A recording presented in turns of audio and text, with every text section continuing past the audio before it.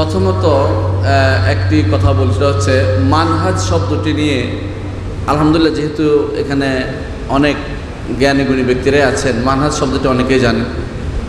অনেকেই মানহাজ শব্দটি নিয়ে বাড়াবাড়ি করে, বলে যে মানহাজ আবার কী জিনিস। কিন্তু মানহাজ শব্দটি আসলে একটা শারঈ শব্দ। আল্লাহ তাআলা কোরআনে কারীম বলেছেন, লিকুল্লিন জাআলনা মিনকুম শিরআতাম ওয়া মিনহাজা। মিনহাজ এর কাছাকাছি শব্দ হচ্ছে মানহাজ। নাহাজা ইয়ানহাজু, অর্থাৎ সালাকা ইয়াসলুকু, কোনো পথ, কোনো স্বচ্ছ পথ অবলম্বন করার নাম মানহাজ। যেই পথটা স্বচ্ছ, গোপনীয়তা নেই, যেখানে কোনো বাঁকা নীতি নেই, যেখানে কোনো ব্যক্তিগত স্বার্থ চলে না, সোজা একটা পথ, এটার নাম হলো মানহাজ। এই জন্য ইমাম যারা লোগাবি তারা সবাই বলেছেন মানহাজের অর্থই হচ্ছে যে সহজ সরল স্বচ্ছ পথে চলেছে, সোজা পথে চলেছে, যেই পথটার মধ্যে স্পষ্টতা আছে, অস্পষ্টতা নেই। অস্পষ্টতা যেটা নেই সেটা হচ্ছে মানহাজ। তাহলে আকীদা এবং মানহাজের মধ্যে একটু জিনিস আছে। আকীদাটা আসলেই মানুষের অন্তরে থাকে, তাই না? আকীদায় দেখা যায় না, কিন্তু মানহাজের মাধ্যমে প্রকাশ পায় যে লোকটার আকীদা শুদ্ধ কি না। আপনি কি আকীদা পোষণ করেন, এটা অনেক সময় মানহাজে ভুলও হয়ে যেতে পারে। ধরেন আপনি জানেন আর রহমান ওয়া আলা আরশিস ইস্তাওয়া, এটা অর্থ জানেন, আপনি জানেন না, এবং আপনি বিশ্বাস করেন যে আল্লাহ তাআলার সিফাতকে কোনো রকমের অপব্যাখ্যা করা যাবে না, শব্দ অর্থ করতে হবে, কিন্তু অর্থ করতে গিয়ে আপনি ভুল করেছেন। এটা হচ্ছে মানহাজি ভুল, চলতে গিয়ে পথ ভুল করে ফেলেছেন। সুতরাং একজন ঈমানদার দুই দিকে শুদ্ধ হইতে হয়, আকীদাও শুদ্ধ হইতে হয়, মানহাজও শুদ্ধ হইতে হয়। শুধু আকীদা শুদ্ধ আছে বললে হবে না, আপনি চলার পথটা শুদ্ধ আছে কিনা দেখেন।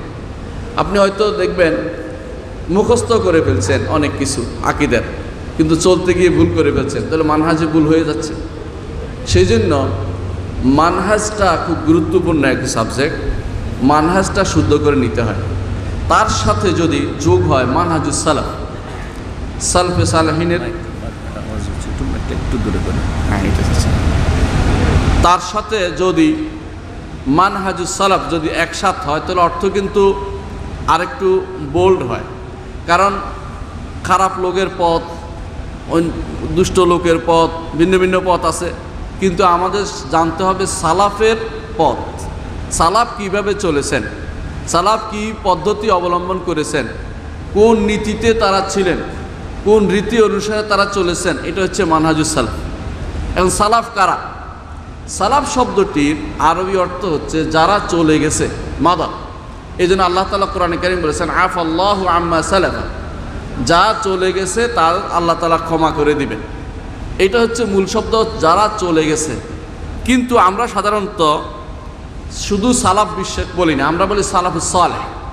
দুইটা শব্দ লাগাই, একটা সালাফের সাথে একটা সালেহ লাগাই, অর্থাৎ উত্তম উত্তরসূরি, উত্তম পূর্বসূরি।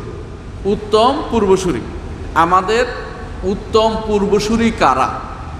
আমাদের উত্তম পূর্বসূরি হচ্ছেন সাহাবায়ে কেরাম রিদওয়ানুল্লাহি আলাইহিম আজমাইন, বেলা মুদাফারা, কোনো ঝগড়া ছাড়া, কোনো রকমের মতভেদ ছাড়া। এরা হচ্ছে সাহাবায়ে কেরাম রিদওয়ানুল্লাহি আলাইহিম আজমাইন, হচ্ছেন আমাদের উত্তম পূর্বসূরি।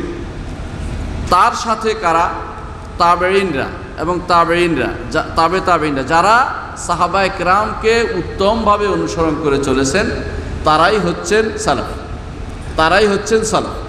তাহলে সালাফের মানহাজ যদি হয়, সালাফের মানহাজ হচ্ছে ওই পথ এবং মত গ্রহণ করা যার উপরে রাসূলুল্লাহ সাল্লাল্লাহু আলাইহি ওয়াসাল্লাম চলে গেছেন, সাহাবায়ে কেরাম চলে গেছেন, এবং দ্বীনকে বুঝতে হবে রাসূলুল্লাহ সাল্লাল্লাহু আলাইহি ওয়াসাল্লাম সাহাবায়ে কেরামের জীবন পদ্ধতি অনুসারে যদি আপনি চলতে পারেন, বুঝতে পারেন, তাহলে আপনি সালফে সালেহিনের মানহাজ বুঝছেন এবং চলতে পারছেন। বুঝতে পারছেন কথাটা?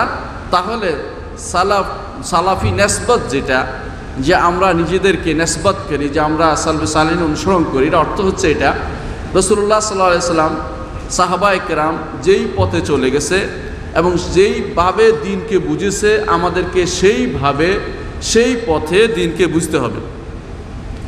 আমরা এই যে সালাফের পথটা নিতে হবে, সালাফের মানহাজটা অনুসারে চলতে হবে, এটা কোত্থেকে পেয়েছি?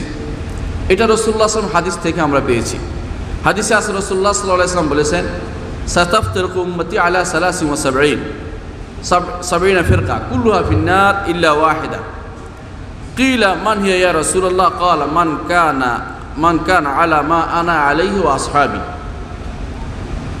রাসূলুল্লাহ সাল্লাল্লাহু আলাইহি ওয়াসাল্লাম বলেছেন, আমার উম্মত 73 ভাগে বিভক্ত হবে। 73 ভাগে বিভক্ত হবে। এটা কিন্তু যারা কবুল করেছে তাদের কথা বলা হচ্ছে, অর্থাৎ ইমানদার মানুষেই 73 ভাগে বিভক্ত হয়ে যাবে, ইমানের দাবিদাররাই 73 ভাগে বিভক্ত হয়ে যাবে। তো রাসূলুল্লাহ সাল্লাল্লাহু আলাইহি ওয়াসাল্লাম বলেছেন, এর মধ্যে একটি ছাড়া সবাই জাহান্নামে যাবে, একটি ছাড়া সবাই জাহান্নামে যাবে। সাহাবায়ে কেরাম বললেন যে ইয়া রাসূলুল্লাহ, সে একটি কোনটি? সে একটি কোনটি? রাসূলুল্লাহ সাল্লাল্লাহু আলাইহি ওয়াসাল্লাম বললেন, মান কানা আলা মা আনা আলাইহি ওয়া আসহাবি, যার উপরে আমি এবং আমার সাহাবীরা আছেন, এটা ছাড়া সবাই জাহান্নামে যাবে। তাহলে আমাদের কার নীতি অবলম্বন করতে হচ্ছে? সালাফে সালেহিনদের নীতি অবলম্বন করতেই হচ্ছে। এটা রাসূলের নির্দেশনায়, না হলে আমরা জাহান্নাম থেকে মুক্তির কোনো সুযোগ আমাদের নেই। দ্বিতীয় হচ্ছে, অন্য হাদিসে আসছে রাসূলুল্লাহ সাল্লাল্লাহু আলাইহি ওয়াসাল্লাম, হাদিসে ইরবাদ ইবনে সারিয়া রাদিয়াল্লাহু আনহু, খুব লম্বা হাদিস, আপনারা জানেন। তিনি একদিন অনেক লম্বা সময় রাসূলুল্লাহ সাল্লাল্লাহু আলাইহি ওয়াসাল্লাম খুতবা দিলেন, সকাল থেকে শুরু করে সন্ধ্যা পর্যন্ত লম্বা সময় খুতবা দিয়েছেন। এর মধ্যে লম্বা খুতবা দেওয়ার কারণে সাহাবায়ে কেরাম বললেন যে ইয়া রাসূলুল্লাহ, আপনি মনে হচ্ছে যেন আমাদেরকে বিদায়ী ভাষণ দিলেন, আপনি আমাদেরকে ওসিয়ত করুন। রাসূলুল্লাহ সাল্লাল্লাহু আলাইহি ওয়াসাল্লাম তখন ওসিয়ত করলেন, উসিকুম বিতাকওয়াল্লাহ, আমি তোমাদেরকে প্রথম ওসিয়ত করছি আল্লাহর তাকওয়ার, ওয়াসসাম'i ওয়াত তা'a, এবং আনুগত্য করার এবং শোনা এবং আনুগত্য করার। ওয়া ইন তাআম্মারা আলাইকুম আবদুন হাবশি, যদি হাবশি দাসও তোমাদের উপর আমির বানানো হয়। এরপর বলছেন, ওয়া মান ইয়াইশ মিনকুম ফাসায়ারা ইখতিলাফান কাসীরা, তোমাদের মধ্যে কেউ যদি জীবিত থাকে অনেক মতভেদ দেখতে পাবে। ফাআলাইকুম বিসুন্নতি ওয়া সুন্নাতাল খুলাফার রাশিদিন আল মাহদিয়িন আদু আলাইহি মিন বাদি আদু আলাইহা বিন নওয়াজিজ, তোমরা আমার সুন্নত আঁকড়ে ধরবে, আমার রীতিনীতি আঁকড়ে ধরবে। সুন্নত বলতে ফেকার সুন্নত বুঝাচ্ছি না, সুন্নত বলতে আদর্শ বুঝাচ্ছি।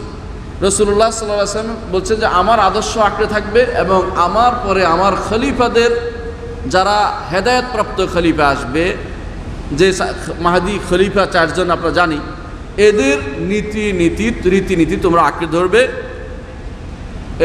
বুড়ো আঙ্গুল দাঁতের কামড় দিয়ে হলেও, অর্থাৎ যেহেতু ছুটে না যায় সেই জন্য এটা বলেছেন, কারণ যে সামনের দাঁতে হলে ছুটে যেতে পারে, আর ভিতরের দাঁত দিয়ে, গোড়ালির দাঁত দিয়ে ধরলে ছুটে যাবে না। অর্থাৎ এইভাবে তোমরা দাঁত দিয়ে, গোড়ালির দাঁত দিয়ে হলেও তোমরা এই সুন্নত আদর্শকে তোমরা ধরে রাখবে। ওয়া ইয়াকুম মুহদাসাতিল উমুর, আর নতুন করে আবিষ্কার হওয়া জিনিস তোমরা পরিত্যাগ করে চলবে। তাহলে আমরা দেখতে পাচ্ছি যে দিন বলতে মূলত এইটাকে বোঝায় যার উপরে রাসূলুল্লাহ সাল্লাল্লাহু আলাইহি ওয়াসাল্লাম আমাদের রেখে গেছেন এবং যার উপরে সাহাবায়ে কেরাম ছিলেন। এইটাই হচ্ছে সহিহ দিন, এটাই হচ্ছে পরিচ্ছন্ন দিন।